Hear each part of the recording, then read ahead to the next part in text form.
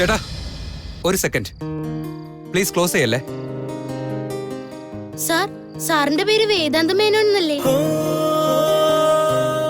അച്ഛാ, ഇദ്ദേഹം വലിയ ബിസിനസ്മാനാ. ഒരു ദിവസം ടിവിയിലും കണ്ടിരുന്നു. അതെ മോനെ, ഞാനാ വേദാന്ത്. അത് എന്റെ ഫ്രണ്ടിന് വല്ലാതെ വിശക്കുന്നുണ്ടെന്ന് പറയുന്നുണ്ട്. നിങ്ങക്ക് ബുദ്ധിമുട്ടാവില്ലെങ്കിൽ 2 ദോശ ചുട്ടുതരാവോ? സാറേ, നേരത്തെ ക്ലോസ് ചെയ്യേണ്ടതായിരുന്നു. നല്ല ക്ഷീണത്തിലാ സാറേ. ഇനി എല്ലാം വീണ്ടും എടുത്തു വെച്ച് ഉണ്ടാക്കി വരുമ്പോഴേക്കും താമസിച്ചു പോകും സാറേ. ദയവായി അങ്ങനെ പറയല്ലേ. ഞങ്ങൾ കുറെ സ്ഥലത്ത് നോക്കി, എല്ലാ കടയും ക്ലോസ് ആയിട്ടുണ്ട്. പ്ലീസ് ഒന്ന് ഹെൽപ്പ് ചെയ്യൂ. അച്ഛാ, അച്ഛൻ പ്ലേറ്റ് എടുത്തു വെക്ക്. ഞാൻ പോയി അടുപ്പ് കത്തിച്ച് ചട്ടി ചൂടാക്കി എല്ലാം എടുത്തു വെക്കാം. അച്ഛൻ പെട്ടെന്ന് ദോശ ഉണ്ടാക്കി കൊടുക്ക്. അവർക്ക് നല്ല വിശപ്പുണ്ടെന്നാ തോന്നുന്നേ. സാർ, ഇത്രയും നേരം വീട്ടിൽ പോകാൻ ബഹളം വെച്ചിരുന്ന ആള് നിങ്ങളെ കണ്ടപ്പോ ദോശ ഉണ്ടാക്കാനുള്ള പരിപാടിയാ. വാ സാറേ.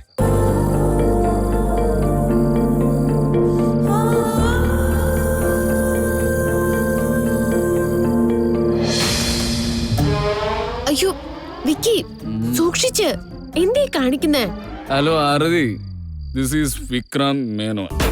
ഞാനുണ്ടല്ലോ ഈ കസ്തൂരിമാന്റെ വാസന പോലെ. അടുത്തൊക്കെ സുഗന്ധമൊക്കെ ഉണ്ടാവും, പക്ഷെ സോഴ്സ് അറിഞ്ഞൂടാ. You don't worry, I am fine. ഇപ്പൊ ഇതെല്ലാം വേണോ വിക്കി? എന്റെ ആരതി കൊച്ചെ, ഞാനിനി കുടിച്ച് ഫിറ്റ് ആയാലും എന്റെ അകത്തുള്ള ആത്മാവ് എപ്പോഴും ഇങ്ങനെ സൈലന്റ് ആയിരിക്കും. ഞാൻ എന്താ ഇപ്പൊ പറയേണ്ടതെന്ന് ആലോചിച്ചോണ്ടിരിക്കുന്നത്. അത് ഇനി കുടിച്ചതിന്റെ ധൈര്യത്തിലൊന്നും അല്ല പറയുന്നത്. ആക്ച്വലി കാര്യം അതല്ല. ദൈവത്തിനാണ് അതൊന്നും അല്ല. സംഭവം അത്ര വലുതൊന്നുമല്ല, എന്നത്ര ചെറുതൊന്നുമല്ല. എല്ലാവർക്കും എന്ത് സംഭവിച്ചെന്ന് എനിക്ക് എത്ര ആലോചിച്ചിട്ടും മനസ്സിലാവുന്നില്ല. ഇപ്പോ ഇതാണോ സംസാരിക്കാനുണ്ടെന്ന് പറഞ്ഞേ? ഞാനതിന് സംസാരിച്ചു. എന്തിനാ ഇങ്ങനെയൊക്കെ പെരുമാറുന്നേ?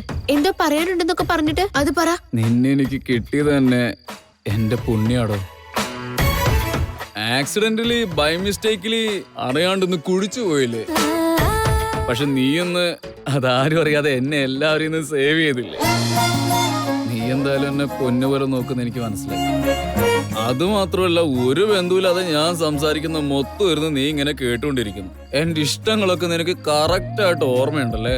ഞാൻ എന്റെ ഫാമിലിയെ നോക്കുന്നതിനേക്കാളൊക്കെ അടിപൊളിയായിട്ട് നീ എന്റെ ഫാമിലിയെ നോക്കും. ഒരൊറ്റ വാക്കിലും വർണ്ണിക്കാൻ പറഞ്ഞു കഴിഞ്ഞാ, ബ്രഹ്മാവ് ഒരു പണിയില്ലാതെ ഫ്രീ ആയിട്ട് ഇരുന്നപ്പോ, നല്ല മൂഡിലിരിക്കുമ്പോ എല്ലാ ഗുണങ്ങളും ഇങ്ങനെ മിക്സ് ചെയ്തിട്ടാ നിന്നെ ഇങ്ങനെ ക്രിയേറ്റ് ചെയ്തേ. അടിപൊളിയാടോ താൻ. സ്നേഹിച്ച് കല്യാണം കഴിച്ചതിന് ശേഷവും എന്റെ പെണ്ണിനെ ഇങ്ങനെ നന്നായിട്ട് നോക്കണം എനിക്ക്. എല്ലാ ബോയ്സിന്റെയും പ്രതിനിധിയായിട്ട് ഞാൻ അവർക്ക് എല്ലാവർക്കും വേണ്ടിയിട്ടാ ഇങ്ങനെ സംസാരിക്കുന്നത്. ഞാൻ നോക്കിക്കോളാം നിന്നെ. എന്തോ പറയാനുണ്ടെന്ന് പറഞ്ഞിട്ട് അത് ഇതുവരെ പറഞ്ഞില്ലല്ലോ. ഛേ, ഞാൻ എല്ലാം കൂടി ഒരൊറ്റ സ്ട്രെച്ചിൽ ഇങ്ങനെ പറയാന്ന് വിചാരിച്ചപ്പോ ഡിസ്റ്റർബ് ചെയ്യുന്നതിനാ. ശരിയെന്നാ cake. I love you D.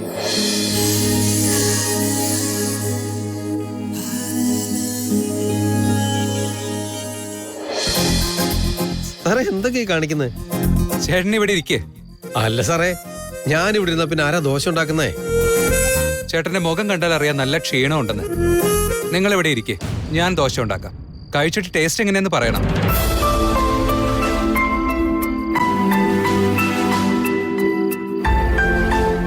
Sir, അതെങ്ങനെ കറക്റ്റ് ആയിട്ട് പറഞ്ഞേ?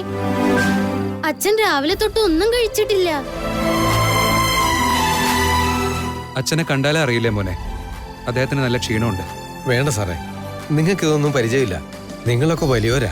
ഞാൻ ഉണ്ടാക്കി തരാം, സാറ് കഴിച്ചാ മതി. ഈ വലിയവരാന്നുള്ള അഡ്രസ് ഉണ്ടല്ലോ, അതിലും വലിയൊരു ഡേഞ്ചർ വേറെ ഇല്ല.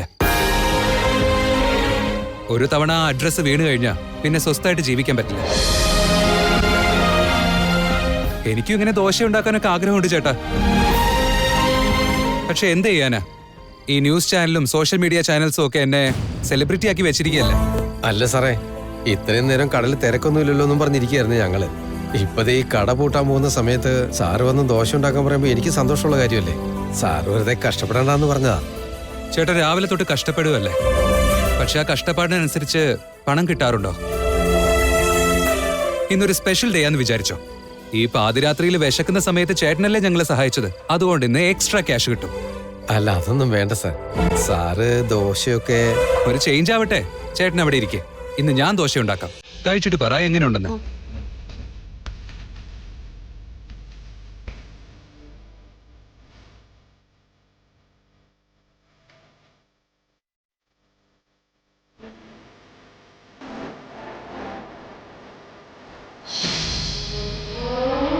എനിക്കറിയാടോ നിന്റെ വായുന്നത് തിരിച്ചു കേൾക്കാൻ പോണില്ലാന്ന്.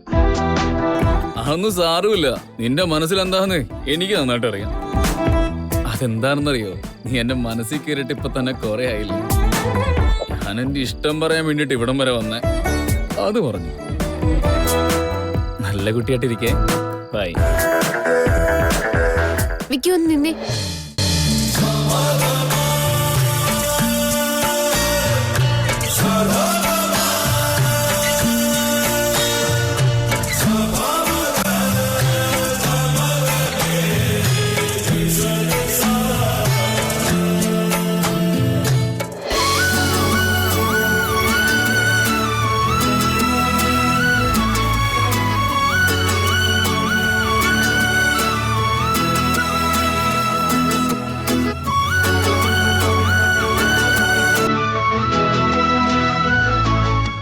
You too. I love you too.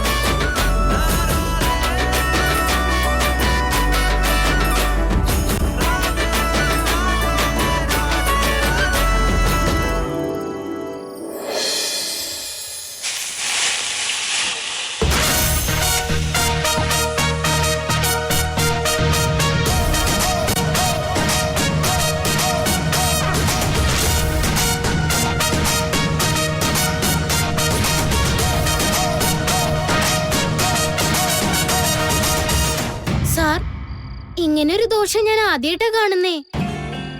അതിന് വലിയ ഷേപ്പ് ഒന്നുമില്ല മോനെ. പക്ഷെ നീ കഴിച്ചു നോക്ക്, നന്നായിട്ടുണ്ട്. എനിക്ക് വേണ്ട. നീ എന്താ തമാശ കളിക്കാണോ? ഇത്ര നേരം മുഖവും വീർപ്പിച്ച് കാറിൽ വിശന്നിരുന്നിട്ട് ഇപ്പൊ ഒന്നും വേണ്ടെന്നോ? കഴിക്ക്. നിങ്ങൾ ദോശ ഉണ്ടാക്കുന്നൊന്നും ഞാൻ വിചാരിച്ചില്ല. ചുമ്മാ വിഷയം മാറ്റണ്ട. പെൺകുട്ടികൾക്ക് വിശന്നു കഴിഞ്ഞാ അവരാകെ ഇറിറ്റേറ്റ് ആയി സൈലന്റ് ആയിരിക്കും. ഈ കാര്യങ്ങളൊക്കെ നിങ്ങൾക്ക് എങ്ങനെ അറിയാം? എനിക്ക് എങ്ങനെ അറിയാനാ? ഇതൊക്കെ സുമേഷ് പറഞ്ഞതാ. പക്ഷെ എനിക്ക് വിശക്കുന്നില്ല. ആര് പറഞ്ഞു നിനക്ക് വിശക്കുന്നില്ലെന്ന്? നന്നായി വിശക്കുന്നുണ്ട്. നീ കഴിക്ക്. ഈ ദോശയൊന്ന് കഴിച്ചു നോക്ക് നീ.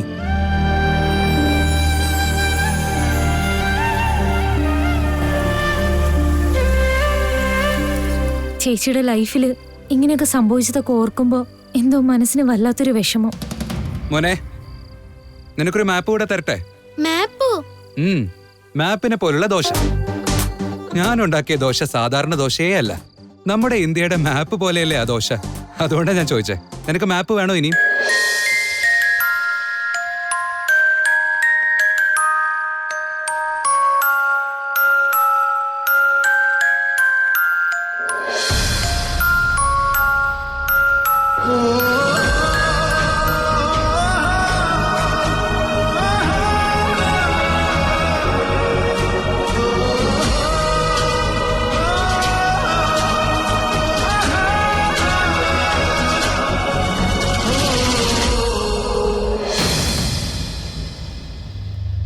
ആദ്യ മോളെ ഇങ്ങി വാ വാ ഇവിടെ ഇരിക്കെ. മുത്തശ്ശി ഇനി ഉറങ്ങിയില്ലേ? എന്തെങ്കിലും വേണമായിരുന്നോ? ആ മോളെ, എനിക്ക് കുറച്ച് സമാധാനം വേണം. എന്താ മുത്തശ്ശി, എന്തിനാ ഇങ്ങനെയൊക്കെ സംസാരിക്കുന്നേ? അവസ്ഥ അതാണ് മോളെ. അതിന് മാത്രം എന്താ ഉണ്ടായേ? നമ്മുടെ വേദാന്ത് മുന്നത്തെ പോലെ അല്ല മോളെ. ആദ്യമൊക്കെ പെണ്ണുങ്ങളെന്ന് പറയുമ്പോ ഓടിപ്പോവായിരുന്നു. ഇപ്പോ എന്തൊക്കെയോ മാറ്റമുണ്ട്. ആ പാർട്ടിയിൽ ഒരു ഹീറോയിൻ വന്നായിരുന്നല്ലോ, അവളുടെ പേരെന്തായിരുന്നു? നമ്രതാന്നാ, വളരെ ഫേമസ് ഹീറോയിനാ. എന്തേ? ആ നമ്രത, കറക്റ്റ്. അവളോടൊക്കെ എത്ര നന്നായാ സംസാരിക്കുന്നേ. പിന്നെ നമ്മുടെ ആരതിയുടെ അനിയത്തി അമൂല്യ, അവൾക്കൊപ്പം എത്ര നന്നായാ ഡാൻസ് കളിച്ചത്. അവനാണെങ്കി മുന്നത്തെ പോലെ അല്ല മോളെ. ഇങ്ങനെയൊക്കെയുള്ള അവന് ഒരു പെങ്കൊച്ചൊക്കെ വേണ്ടേ? ആ ഡാൻസ് കളിച്ചവർ എന്തായാലും ഒന്നാവും, അത് ഉറപ്പാ. പറ മോളെ, ഞാൻ ചുമ്മാതെ ചോദിക്കുന്നല്ല. വേദാന്തിനൊരു പെങ്കൊച്ചു വന്നാ പിന്നെ ഈ വീട്ടിൽ ടെൻഷൻ ആകേണ്ട ഒരു കാര്യങ്ങളും ഇല്ല. മുത്തശ്ശി, ചേട്ടന്റെ കാര്യം ആലോചിച്ച് ടെൻഷൻ അടിക്കണ്ട. നമുക്ക് എല്ലാവർക്കും ചേട്ടനോട് സംസാരിക്കാം, കല്യാണത്തിന് സമ്മതിപ്പിക്കാം. സമ്മതിക്കോ അവൻ? സമ്മതിച്ചില്ലേ സമ്മതിപ്പിക്കണം. അതെ മോളെ, എന്റെ കണ്ണടയുന്നതിനു മുന്നേ അവന്റെ കല്യാണം എനിക്ക് കാണണം. മുത്തശ്ശി, ഇപ്പൊ അതൊന്നും ആലോചിക്കണ്ട. ഒരുപാട് വൈകി, മുത്തശ്ശി കിടന്നു. അതൊന്നും കുഴപ്പമില്ല. പക്ഷേ ആദ്യം വേദാന്തിന്റെ കല്യാണത്തെ കുറിച്ച് ചിന്തിക്കണം. എനിക്ക് അവനെ കുറിച്ച് ചിന്തിക്കുമ്പോ ഉറക്കം പോലും വരുന്നില്ല. അതുകൊണ്ടാ പറഞ്ഞത് ഒരുപാട് ചിന്തിക്കാൻ നിൽക്കണ്ടാന്ന്. ചേട്ടനെ എങ്ങനെ കല്യാണത്തിന് സമ്മതിപ്പിക്കുന്നായിരുന്നു എന്റെ ടെൻഷൻ. ഇപ്പൊ എന്തായാലും മുത്തശ്ശി കൂടെ ഉണ്ടല്ലോ, എല്ലാം ശരിയായിക്കോളും. ഇപ്പൊ മുത്തശ്ശി കിടന്നു.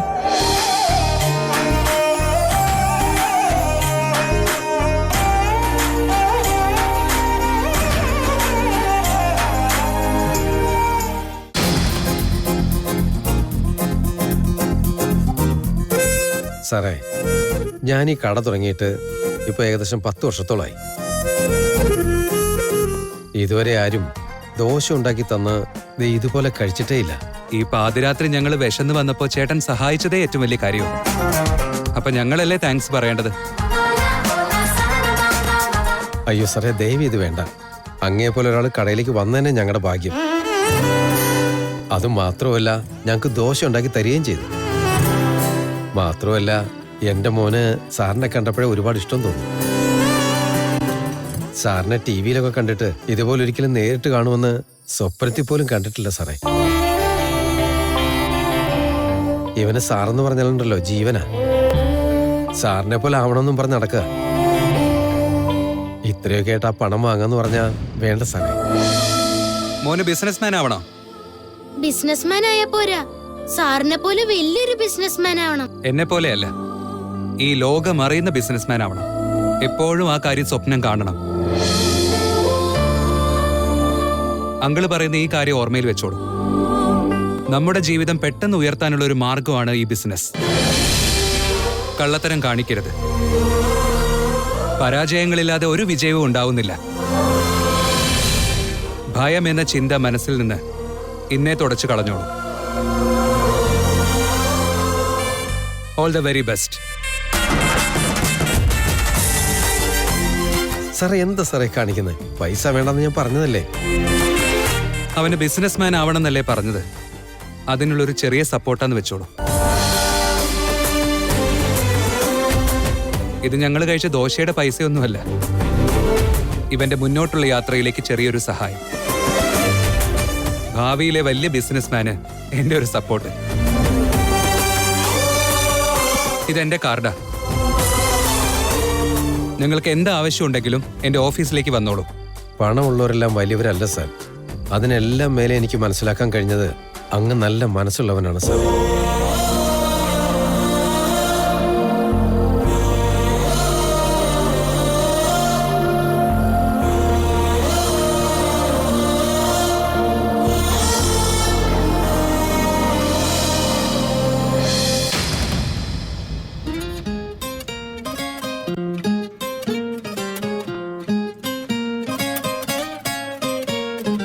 എന്റെ പുന്നാര വൈഫിന് ഭർത്താവിന്റെ വക സ്പെഷ്യൽ ഗ്രീൻ ടീ.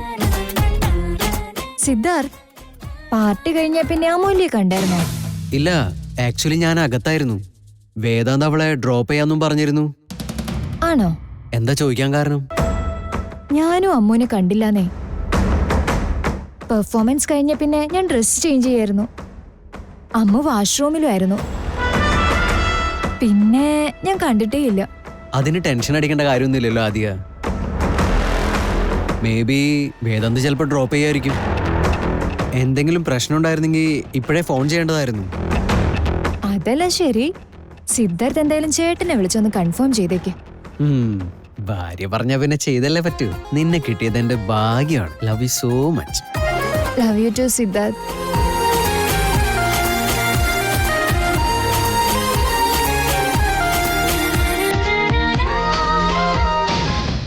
ഒന്ന് വേഗം കഴിക്കുന്നുണ്ടോ?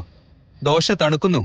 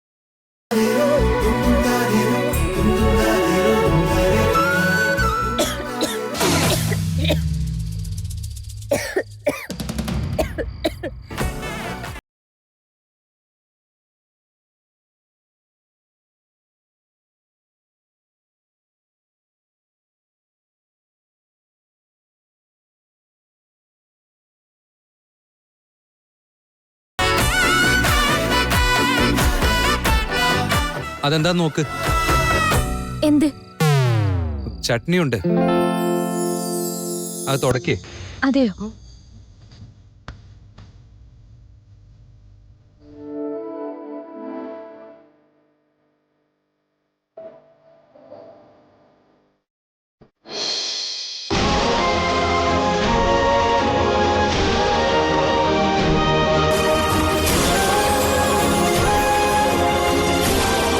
What's wrong with you? നീ എന്തിനാ കരയുന്നേ?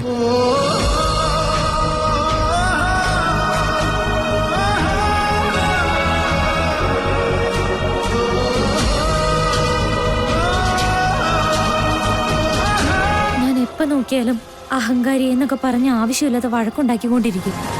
പക്ഷെ എനിക്കും എന്റെ കുടുംബത്തിനും ഒരു പ്രശ്നം വരുമ്പോ ഞങ്ങളുടെ കൂടെ ഉണ്ടാവാറുണ്ടല്ലോ. ഞാൻ എന്റെ കടമയാ ചെയ്യുന്നത്. ഈ ലോകത്ത് എനിക്ക് ഏറ്റവും വലുത് എന്റെ ഫാമിലിയാ. ഇപ്പൊ നീയും എന്റെ ഫാമിലി മെമ്പർ അല്ലേ? നിന്നെ കെയർ ചെയ്യേണ്ടതും എന്റെ കടമയാ.